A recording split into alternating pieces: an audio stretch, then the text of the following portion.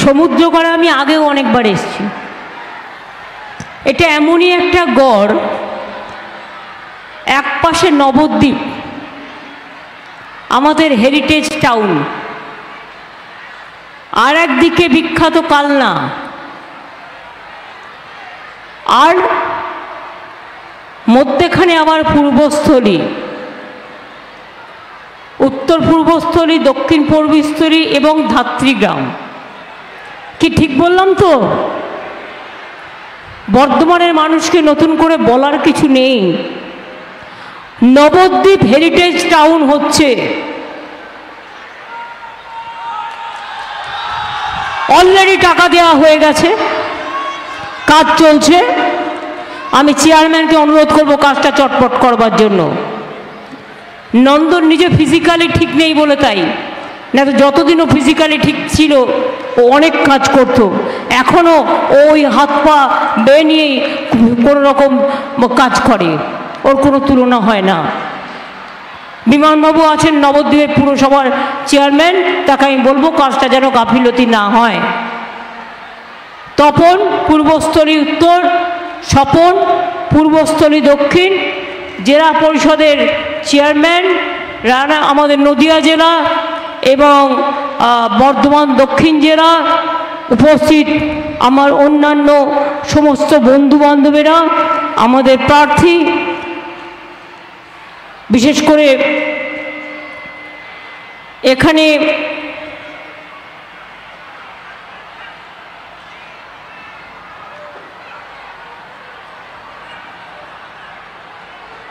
Chairman পূর্ব বর্ধমান জেলা তৃণমূল কংগ্রেসের অপূর্ব তো আসেনি? কোথায়? তোমার ওখানে কালকে মিটিং আছে ওদের না কবে? 6। ওদিকে সভাপতি নদিয়া জেলা পরিষদ মীর সুলতানা, নন্দ সাহা, বিমান সাহা, তপন চ্যাটার্জি, এছাড়াও কতগুলো নাম যেটা স্বপন আপনাদের কাছে বললেন, স্বপন দেবনাথ, যারা আমাদের দলে এসছেন এবং এসে খুব ভালো কাজ করছেন। আমি তাদের সকলকে আমাদের দলের পক্ষ থেকে আমাদের অভিনন্দন, আমাদের ধন্যবাদ এবং ভালো করে কাজ করার জন্য অনুরোধ করব। আমি আমার দীর্ঘদিনের পরিচিত উজ্জ্বল প্রামাণিককেও দেখতে পাচ্ছি, ও চলে এসছে জামালপুর থেকে। অনেক পরিচিত জায়গা আমার, ছোট্টবেলা থেকে রাজনীতি করি, কাজেই নামে নামে ডাকে ডাকে চিনি। আপনারা জানেন এই বর্ধমান জেলায় একদিকে কালনায় 108টা শিব মন্দির, সেগুলো উন্নয়ন করা হচ্ছে, সর্বমঙ্গলা মন্দির, ওদিকে ইস্কনের পুরো 700 একর জমি দিয়েছি, চৈতন্যদেবের বিরাট শহর তৈরি হচ্ছে, শান্তিধাম, যে শান্তিধাম নিয়ে চৈতন্যদেব এসেছিলেন অশান্তির বিরুদ্ধে শান্তি রক্ষা করতে। ধাত্রীগ্রামেও আপনারা জানেন স্বপনকে আমি অনেক দিন ধরেই চিনি, এখানেও ও একটা তাঁতের হাট বানিয়ে নিয়েছে, গ্রামীণ হাট বানিয়ে নিয়েছে। এরা খালবিল পুকুরের মেলা করে, চুনোপুটির মেলা করে। প্রতিবার আমার কাছে বইটা যায় আর আমার একটা মেসেজ যায়, আর আমি এগুলোকে খুব ভালোবাসি। খাল বিল নদী নালা চুনোপুটি সব কিছুই তো থাকবে দুনিয়ায়, সব কিছু নিয়েই আমাদের জগৎ, এটা মনে রাখতে হবে। সুতরাং একদিকে বর্ধমান শস্য ভাণ্ডার, নবদ্বীপ ধর্ম সংস্কৃতির ভাণ্ডার, কালনা ধর্ম সংস্কৃতির ভাণ্ডার, পূর্বস্থলী কাজ ও সংস্কৃতির তাঁতিদের গর্বের ভাণ্ডার, এবং চুনোপুটি খাল বিল পুকুর সব কিছুই আমাদের গর্বের ভাণ্ডার। এই যে দেখতে পাচ্ছেন এখানে কত সঙ্গীত প্রেমী আমার বাউল ভাই বোনেরা, আমার শ্রীকৃষ্ণের ভাই বোনেরা, ওদিকে আমার আদিবাসী ভাই বোনেরা এসছেন আপনাদের কিছু করে দেখাবার জন্য। আমাদের প্রার্থী শর্মিলা সরকার, কিছুক্ষণ আমাদের মিটিং ছিল রায়নায়। রায়না মিটিং করে তারপরে আমরা এসছি এই সমুদ্রগড়ে। অন্যান্যবার অবশ্য আমার সাথে কখনো কখনো পরীক্ষিত বেলাও থাকতো। সে কোথায়, ভালো আছে তো? তার শরীর ভালো আছে তো? হয়তো কলকাতায় তাকে কেউ খবর রাখে কিনা আমি জানি না, কিন্তু আমার মনে আছে সমুদ্রগড়ে দু একবার এসে গান গেয়ে গেছিল। আমার নিশ্চয়ই মনে পড়ে সেসব দিনগুলোর কথা। আগে নবদ্বীপে যখন আসতাম একটা থাকার জায়গাও ছিল না। তারপরে তো সুব্রতদাকে দিয়ে পিএইচির একটা হাউস তৈরি করা হয় জল প্রকল্প করতে গিয়ে। ধাত্রীগ্রামের এখানে একটা ছোট্ট 1.5 চালা একটা সার্কিট হাউসের মতো ছোট্ট একটা বাড়ি আছে। আমরা একবার ঘুরতে ঘুরতে অনেক রাত হয়ে গিয়েছিল, কোথায় থাকবো কোথায় থাকবো, থাকার জায়গা নেই। এবার আমি সুব্রতদাকে বললাম, সুব্রতদা একটা কিছু করুন তো নবদ্বীপে, এ তো থাকারই কোনো জায়গা নেই। আর একটা জায়গা আমার মনে আছে, সেটা হচ্ছে তারাপীঠে। আমরা একবার প্রোগ্রাম করতে করতে মুর্শিদাবাদ থেকে আসছিলাম, তখন প্রায় রাত 10টা বাজে। কোথায় থাকবো? আমার পাশে একজন তখন বলছে, কাল সকালে একটা মা তারাকে পুজো দিলে হয় না? আমি বললাম, বসো এখন চুপ করে, নিজেরা কোথায় থাকবে তার ঠিক নেই, এখন মা তারাকে ডাকছে। কিন্তু বিশ্বাস করুন কি অপূর্ব মহিমা।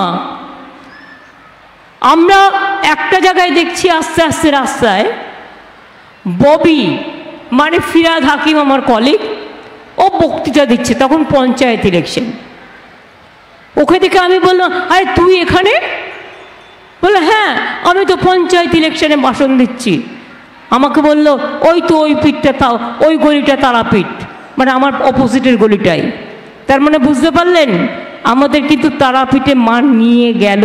তার কারণ আমরা জানতাম না যেখানটায় ববি মিটিং করছে ওর অপোজিট গলিটাই মা তারার জায়গা। তারপরে যেতে যেতে যেতে যা সব হোটেল ছিল থাকার মতো খুঁজে পাইনি। তখন একটা হোটেল হাফ কনস্ট্রাকশন হয়েছে, প্রথম পঞ্চায়েত আমি মুখ্যমন্ত্রী হওয়ার পর। দরজা নাই, জানলা নাই, জল ঢুকে গেছে, কলের জল ঢুকে যাচ্ছে। সেই অবস্থায় বললাম, যদি কোনো থাকার জায়গা না থাকে আপাতত এটাই নিয়ে নাও, একটা তো রাতের ব্যাপার।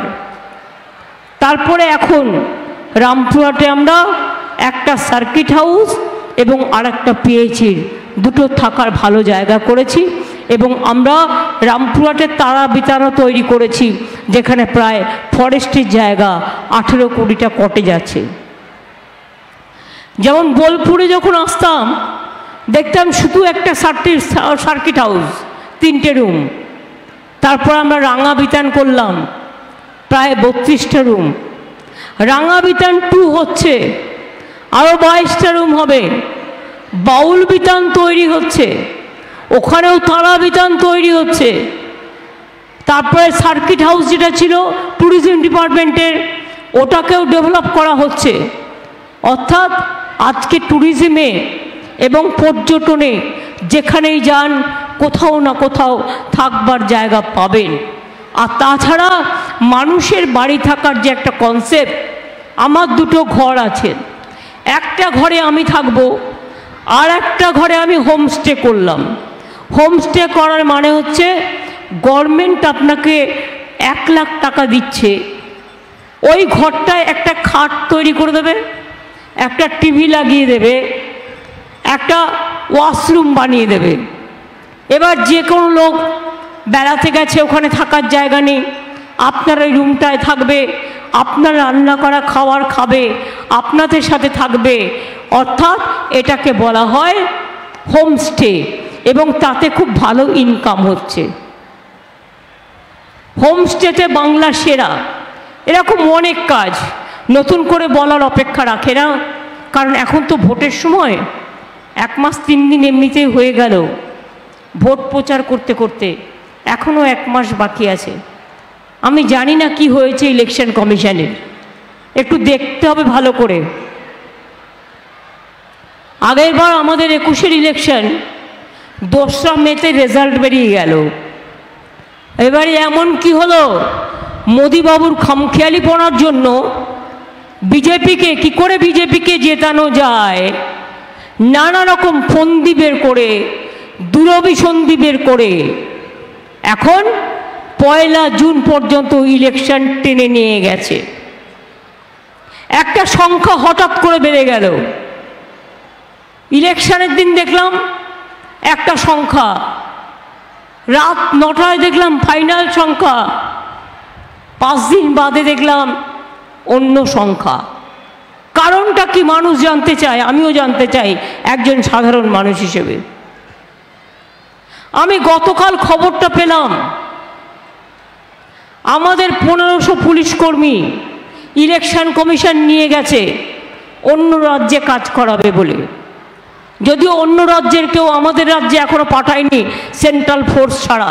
সেন্ট্রাল ফোর্সের সবাইকে বলে দিয়েছে বিজেপিকে ভোট দেবে আর বিজেপির হয়ে মানুষের কাছে গিয়ে কাজ করবে। আপনারা কি শুনেছেন কোনোদিন কাজ করতে গেছে অন্য রাজ্যের হয়ে? ইলেকশন কমিশনের কথায় রাজ্য সরকার অফিসিয়াল পাঠিয়েছে, তাদের কাউকে ভোট দিতে দেওয়া হয়নি। পোস্টাল ব্যালট বন্ধ করে দিয়েছে। সেন্ট্রাল পুলিশের যারা কাজ করবে তারা নাকি পোস্টাল ব্যালট দিতে পারবে, আর যারা সেন্ট্রাল পুলিশে কাজ করবে না, রাজ্যের পুলিশ, তারা নাকি ভোট দিতে পারবে না। আমি এর জন্য যত দূর যেতে হয় যাব, কারণ এটা হচ্ছে ডিসক্রিমিনেশন।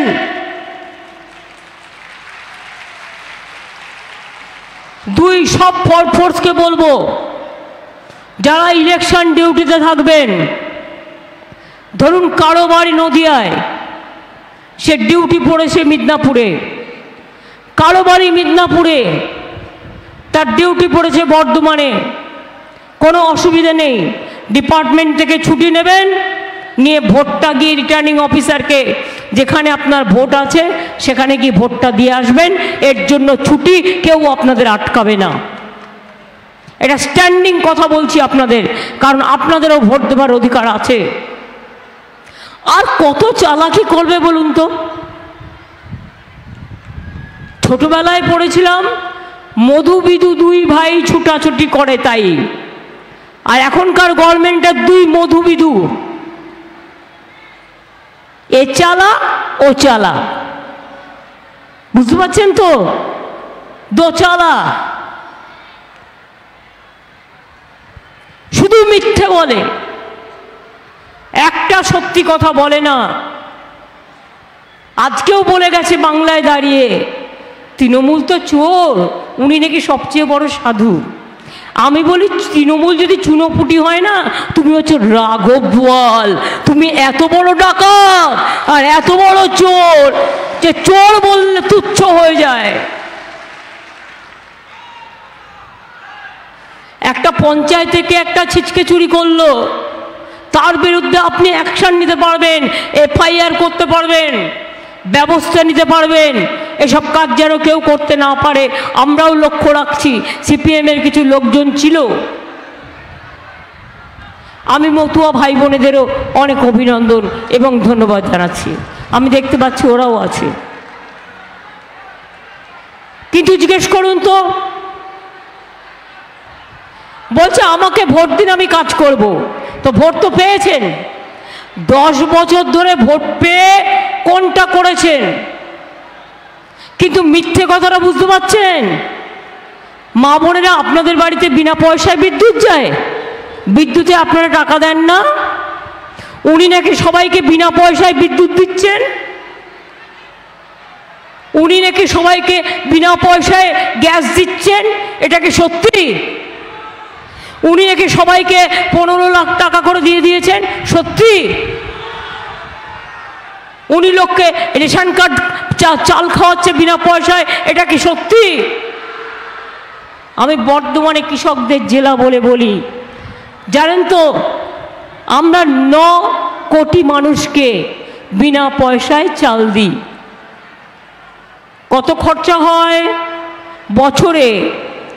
মনে রাখবেন, আগে স্টেট গভর্নমেন্ট নিজের ট্যাক্স তুলত, এখন একটাই ট্যাক্স, সেটা হচ্ছে স্টেট গভর্নমেন্ট কোনো ট্যাক্স তুলতে পারবে না। কেন্দ্রীয় সরকার জিএসটির নামে ট্যাক্স তুলে নিয়ে চলে যাবে, আর রাজ্যের ভাগটা রাজ্যকে দেবে। এখন তো একটা নকুলদানা কিনতে গেলেও জিএসটি দিতে হয়, বাতাসা কিনলেও দিতে হয়। কি জিজ্ঞেস করুন কমরেডদের, তারা এখন বড় কমরেড হয়ে গেছে। আমাদের এখান থেকে তুলে নিয়ে গেছে, আমি অফিসিয়াল রেকর্ড বলছি, 6,84,000 কোটি টাকা 5 বছরে গত। আর আমাদের দেয়নি কত? 1,74,000 কোটি টাকা। রোজ সকালবেলা ঘুম থেকে উঠলেই দেখবেন মধু বিদুর ছবি, দুপুরে ঘুম থেকে উঠলেই দেখবেন মধু বিদুর ছবি, সন্ধ্যাবেলায় ঘুম থেকে উঠলেই দেখবেন মধু বিদুর ছবি, রাত্রেবেলা খেতে গেলে দেখবেন মধু বিদুর ছবি।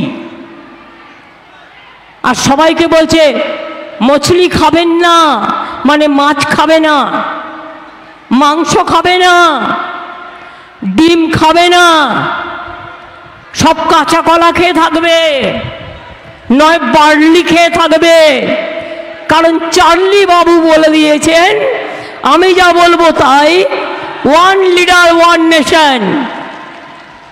তুমি খাও না বার্লি, কে বারণ করেছে? আমাদের অসুখ করে বার্লি খাই। ছোটবেলায় আগে বাবা মারা অনেক সাবু বার্লি খাইয়েছেন। কে বারণ করেছে তোমাদের ভেজ খেতে? ভেজে ঘি খেতে হয়, পনির খেতে হয়, পনির মানে ছানা, ভালো ভালো জিনিস খেতে হয়, দুধ খেতে হয়, ক্যালসিয়াম ভালো করে নিতে হয়, প্রোটিন খেতে হয়। আর বাংলার লোকের সুবিধে একটা মাছের ঝোল ভাত করলো, ব্যাস রান্না হয়ে গেল। আর ভেজ রান্না করতে গেলে ডাল করো, তার সাথে নিম বেগুন করো, তার সাথে আমের চাটনি করো, তার সাথে ইঁচড়ের তরকারি করো, নয় আলু পটলের তরকারি করো, নয় ধোকার ডালনা করো, নয় তারপরে আরও কিছু করো। অনেকগুলো পদ রান্না করতে হয়। কিন্তু মাছে ভাতে বাঙালি একটু মাছের ঝোল পেলেই ওই চুনো মাছ দিয়ে একটু ভালো করে ঝাল করে দিন, খেয়ে নেবে। একটু ডিমের ঝোল করে দিন, খেয়ে নেবে। আপনারা কি জানেন, মধ্যপ্রদেশ, রাজস্থান, তারপরে গুজরাট থেকে শুরু করে উত্তরপ্রদেশ, যেখানে বিজেপি পার্টি আছে, মাংসের দোকান বন্ধ, মাছের দোকান বন্ধ, ডিম খেতে দেয় না, মাংস বিক্রি করতে গেছিল বলে পিটিয়ে পিটিয়ে মেরে হত্যা করেছে। আর আজকে আবার বলছে এনআরসি চাই। কেন এনআরসি? না তো আপনারা যে ভোটার, আমরা সবাই তো নাগরিক, আমাদের প্রত্যেকের রেশন কার্ড আছে, আমাদের প্রত্যেকের বাড়ির সম্পত্তির দলিল আছে, কারো না কারো একটা রিক্সা আছে, একটা অটো আছে, কারো না একটা দোকান আছে, কারো না ছেলে মেয়েরা স্কুলে পড়ে, কারো ছেলে মেয়েরা চাকরি করে, কারো ছেলে মেয়েরা চাষবাস করে, কিছু না কিছু তো আছেই। মেয়েরাও আছে, কেউ সেলফ হেল্প গ্রুপে কাজ করে, কেউ আশায় কাজ করে, কেউ আইসিডিএসে কাজ করে, সবার একটা করে নাগরিকত্বের প্রমাণ আছে। তাহলে ইলেকশনের আগে কেন চমকে মধুবাবু আর একজন বলেছি বিধুবাবু? মধুবাবু কাকে বলছে বুঝতে পারছেন তো? 1K আর বিধুবাবু হচ্ছে দ্বিতীয়। বিধুবাবু কে করে দিলেন মধুবাবু আর বিধুবাবু নিয়ে বলছে সব নাম লেখাও, না তো নাগরিকত্ব থাকবে না। আমি বলি তুমি ফার্স্ট নাম লেখাও, লিখে বিদেশি হও, তারপরে তুমি অন্যকে বলো। আয়নায় আগে নিজের মুখ দেখো। ভোটের জন্য তোমরা করতে পারো না এমন কোনো কাজ নেই। তোমাদের মতো ধান্দাবাজ, তোমাদের মতো ভাওতাবাজ, তোমাদের মতো মিথ্যেবাদ, তোমাদের মতো প্রতারক, তোমাদের মতো মিথ্যেচারী, অত্যাচারী, দুরাচারী, ব্যভিচারী একটা কোথাও নেই সারা পৃথিবীতে। একদিন যে ভারতবর্ষ নিয়ে আমরা গর্ববোধ করতাম, এখনো করি, আর আজকে সারা পৃথিবী তাকিয়ে আছে, বলছে ছি ছি ছি, এ কি গণতন্ত্র, এ কি লজ্জাতঙ্ক। আজকে নেতাদের সব বিরোধী দলের জেলে পুরে দিয়েছে, কেউ প্রতিবাদ করলে এনআইএ, সিবিআই, আইটি, এই করে কি চিরদিন চলবে? কিছু তো করে যাও যাতে মানুষ মনে রাখে गांधी के कोनो दिन मानुष भूलबे ना, देश का नेता कैसा है गांधी जी जैसा है। नेताजी के क्यों भूलबे ना, नेताजी कैसा है देश का नेता जैसा है। मने राखबेन अनेक प्रधानमंत्री आमरा देखेছি, আজকে যে মতুয়ারা বড় মাকে নিয়ে এত গর্ব করে কেন? তার কারণ তারা চিরকাল শিক্ষা সংস্কৃতির দান করেছে, সমাজের উন্নয়ন করেছে। বাবা সাহেব আম্বেদকর সংবিধান তৈরির তিনি ছিলেন main man, chairman of the constitutional, যে কনস্টিটিউশন তৈরি করা হয় তার। নেতাজি আমাদের ঘরের ছেলে, বলেছিলেন জয় হিন্দ। বঙ্কিমচন্দ্র চট্টোপাধ্যায় বন্দে মাতরম স্লোগানটা দিয়েছিলেন। জাতীয় সঙ্গীত রচনা করেছিলেন রবীন্দ্রনাথ ঠাকুর, আমাদের ঘরের ছেলে। বর্ণ পরিচয় অ আ ক খ কে শিখিয়েছিলেন? তিনি মোদের বিদ্যার সাগর। দেশ গড়তে আন্দোলন কারা করেছিলেন?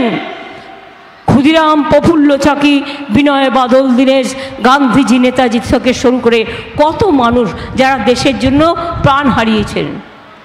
এই বিজেপি তখন ছিল না, এ ভাজপা তো अब नहीं था, ভাজপা তো कहाँ था। আমি শুনেছি ধাপ্তিগমের এখানে আশেপাশে একটা আরএসএস এর ভালো ঘাঁটি আছে, অনেক মানুষ আছেন। আমি সবাইকে অশ্রদ্ধা করি না, যারা শ্রদ্ধা করার তাদের আমি শ্রদ্ধা করি, কিন্তু আপনাদের একটা কোশ্চেন করি, আপনারা কেন কথা বলছেন না যখন মহিলাদের উপর অত্যাচার হয়?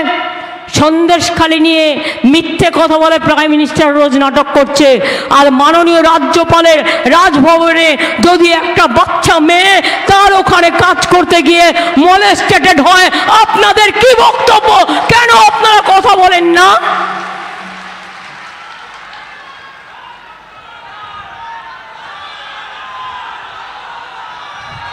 রেসলার সাক্ষীকে অত্যাচার করেছিল বলে ব্রিজমোহন তার ছেলেকে টিকিট দিয়ে দিলেন, সাক্ষী কোনো বিচার পায়নি। বিলকিস কোনো বিচার পায়নি, হাথরাস কোনো বিচার পায়নি। এনআরসি নিয়ে আন্দোলন করছিল দিল্লিতে, ইউপিতে, আসামে কেটে কেটে খুন করে নালায় ভাসিয়ে দেওয়া হয়েছে, কারো বডি খুঁজে পাওয়া যায়নি। এই তো আপনাদের দেশ চালানোর ক্ষমতা। যে সত্যিকারের নেতা হয় মানুষ তাকে মনে রাখে হাজার বছর, লক্ষ বছর, কোনোদিন ভোলে না। আর কখনো না কখনো আপনি তো চলে যাবেন, আমরাও চলে যাব। तब लोगों ने आप लोगों को याद नहीं करेगा, जो काम करते हैं उसको याद करेगा, लेकिन आप लोगों ने जो अत्याचार कर रहा है देश में, जो अत्याचार फैला रहा है, आप लोगों ने सपोर्ट नहीं करेगा। अभी तो चुनाव कमीशन का मदद लेके आप चुनाव में लड़ रहा है, पोस्टल बैलेट भी नहीं दे रहा है। Why central government police will be only entitled who are doing duty in other state, but why the state government employees, the police especially, they will not be allowed to cast their vote, the postal vote? Why this discrimination? I want to know specifically from the election commission. এই করে করে vote জাম করছে, এই করে করে বিজেপিকে জেতাবেন ভাবছেন। তিনটে পোষ্য লোককে নিয়ে এসছে, এবিসি করে বিজেপি বানিয়ে দিয়েছে ইলেকশন কমিশন, যার সাথে কোনো দেশের সম্পর্ক নেই, যাদের সাথে মানুষের সম্পর্ক নেই, যাদের সাথে গণতন্ত্রের সম্পর্ক নেই, বলুন না এত গরমের মধ্যে একদিন 1 ঘন্টা এক পা তুলে দাঁড়িয়ে থাকবে। আর যদি এক পা তুলেও দাঁড়াতে অসুবিধা হয় চেয়ার দেবো, বসবেন, কিন্তু 1 ঘন্টা রোদে বসে থাকবেন, তারপরে বুঝবেন যে কিভাবে আপনারা ইলেকশন করছেন। 1 মাস হয়ে গেল, মাত্র 6টা জায়গায় ভোট হলো। নিজেদের তো ঠান্ডা ঘর থেকে বেরোতে হয় না, মজাতেই আছে, মজাতেই আছে। আর বিজেপি যা বলছে তাই করছে, বিজেপি অফিস থেকে যা শিখিয়ে দিচ্ছে তাই করছে। মানে আমাদের লজ্জা হয়। এই দেশটা আমরা চিনতাম না, এই দেশটা আমরা চিনি না, এই মানুষগুলোকে আমরা চিনি না। এই মানুষগুলোকে নিয়ে এসে দেশটাকে বিক্রি করছে, জাতিকে বিক্রি করছে, ধর্মকে বিক্রি করছে, মানুষকে বিক্রি করছে, এনআরসিটাকে বিক্রি করছে, ক্যাটাকে বিক্রি করছে, ইউনিফর্ম সিভিল কোডটাকে বিক্রি করছে। আপনারা কি জানেন এনআরসি হলে সবকটাকে জেলে পাঠাবে? আমি বলেছি এনআরসি করতে দেব না। আমার টাকা দেয় না কেন জানেন? 100 দিনের কাজেও টাকা দেয় না। আমি ঠিক আছে তুমি টাকা দিও না, তোমার ভোটও বন্ধ। টাকা যখন বন্ধ তোমার ভোটও বন্ধ। 100 দিনের কাজে টাকা নেই, বাংলার বাড়িতে টাকা নেই, রেশনে টাকা নেই। আমি বলেছি দরকার নেই, তোমার দয়া চাই না। 100 দিনের কাজ তার পাল্টা কর্মশ্রী আমরা চালু করে দিয়েছি। 50 দিনের গ্যারেন্টি জব কার্ড হোল্ডাররা কাজ পাবেন। আমরা দিল্লির দিকে তাকিয়ে থাকবো না। 11 লক্ষ বাড়ি, পাকা বাড়ি যাদের লিস্ট করা আছে, ডিসেম্বর মাস থেকে 2টো কিস্তিতে তাদের 11 লক্ষ বাড়ির টাকা আমরাই দিয়ে দেবো। আমাদের দিল্লির কাছে মাথা নত করতে হবে না। 3 নম্বর বলে কিনা লক্ষ্মীর ভাণ্ডার 3 মাস বাদে পাবে না। আমি বলি সাহস তো কম না, একটু মা লক্ষ্মীদের গায়ে হাত দিয়ে দেখো, আর একটু মেয়েদের গায়ে হাত দিয়ে দেখো, আম্মাদের গায়ে হাত দিয়ে দেখো, সতী সাবিত্রী সীতা অরুন্ধতী এদের গায়ে হাত দিয়ে দেখো। কি করতে হয় আমার থেকে বেশি কেউ হবে না। শুনুন, আমরা লড়াই করি বাঘের বাচ্চার মতো। আমাদের যেমন সুন্দরবনও আছে, আমাদের কাশ্মীরও আছে, আমাদের জল জঙ্গলও আছে, আমাদের অরণ্য আছে। আমরা বন্য, কখনো অরণ্য, কখনো সবুজ, কখনো ধন্য। তাই মনে রাখবেন, লক্ষ্মীর ভাণ্ডার আমাদের প্রকল্প, তোমাদের নয়। মিথ্যে কথা বলবে না, মিথ্যে কথা বলা পাপ। মিথ্যাচারী, ব্যভিচারী সব দেখাচ্ছে টিভিতে, কাউকে দিয়ে বলাচ্ছে মোদিবাবু আমাদের রেশন পৌঁছে দেয়, ছাই দেয়, ক্যাচ কলা দেয়। কত লাগে রেশন দিতে বছরে? 16,000 কোটি টাকা। 9,000 কোটি টাকা রাজ্য দিত, 7,000 কোটি ওদের দেওয়ার কথা ছিল। 2 বছর তাও দেয়নি। অর্থাৎ 12,000 কোটি টাকা সেন্ট্রালের দেওয়ার কথা ছিল, দেয়নি। আর আমাদের 18,000 কোটি টাকা আমরা দিয়েছি। ফলে 30,000 কোটি টাকা রেশনের জন্য আমাদের খরচা হয়েছে, আমরা দিয়েছি, সেন্ট্রাল দেয়নি। মিথ্যেবাদীর দল মিথ্যে কথা বলে, কুৎসা করে, শুধু অপপ্রচার করে। খোঁজ নিয়ে দেখুন, সব ওষুধের দাম বাড়িয়ে দিয়েছে। মোদি ফান্ডে টাকা নিয়েছে আর সব ওষুধের দাম বাড়িয়ে দিয়েছে। বিজেপি ফান্ডে টাকা নিয়েছে, সব ওষুধের দাম বাড়িয়ে দিয়েছে। ব্লাড সুগারের রোগী রোজ ওষুধ খেতে হয়, হার্টের পেশেন্ট রোজ ওষুধ খেতে হয়, ব্লাড প্রেশারের রোগীকে খেতে হয়, জ্বর হলে অ্যান্টিবায়োটিক্স খেতে হয়, পেট খারাপ হলে খেতে হয়। সব কিছুর দাম বাড়িয়ে দিয়েছে, চাকরি বন্ধ করে দিয়েছে। আর যে শিক্ষক শিক্ষিকারা চাকরি করছে, ভাজপা সিপিএমকে দাঁড় করিয়ে, ভাজপা সিপিএম মিলে 26,000 ছেলে মেয়ে শিক্ষকের চাকরি কেড়ে নিয়েছে। আমরা গেছি সুপ্রিম কোর্টে, আশা করি বিচার পাবো।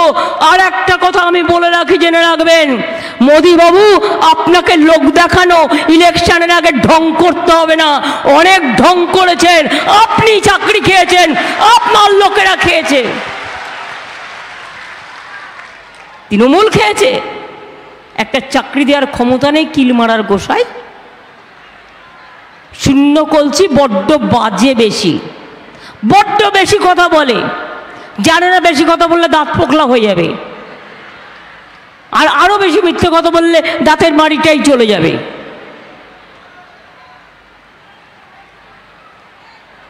তাই মা বোনেদের আমি জিজ্ঞেস করব, কি খেলা হবে মা বোনেরা? আপনারা তো এতদিনে জেনে গেছেন লক্ষ্মীর ভাণ্ডার 60 বছরের পরেও চলবে, যতদিন বেঁচে থাকবেন ততদিন চলবেন, চিন্তা করবেন না।